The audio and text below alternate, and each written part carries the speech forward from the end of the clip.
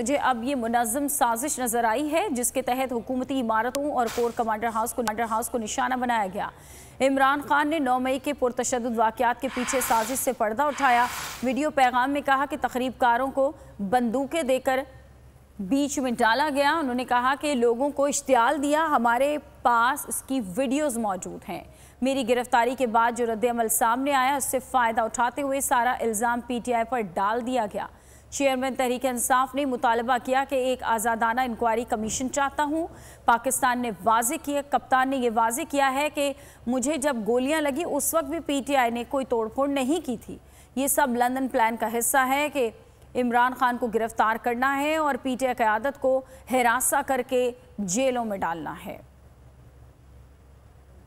तो मुझे अब ये एक मुनज़्ज़म साजिश नजर आई है जिसके तहत जलाई गई हैं गवर्नमेंट बिल्डिंग्स, ये कोर कमांडर का घर जलाया गया है।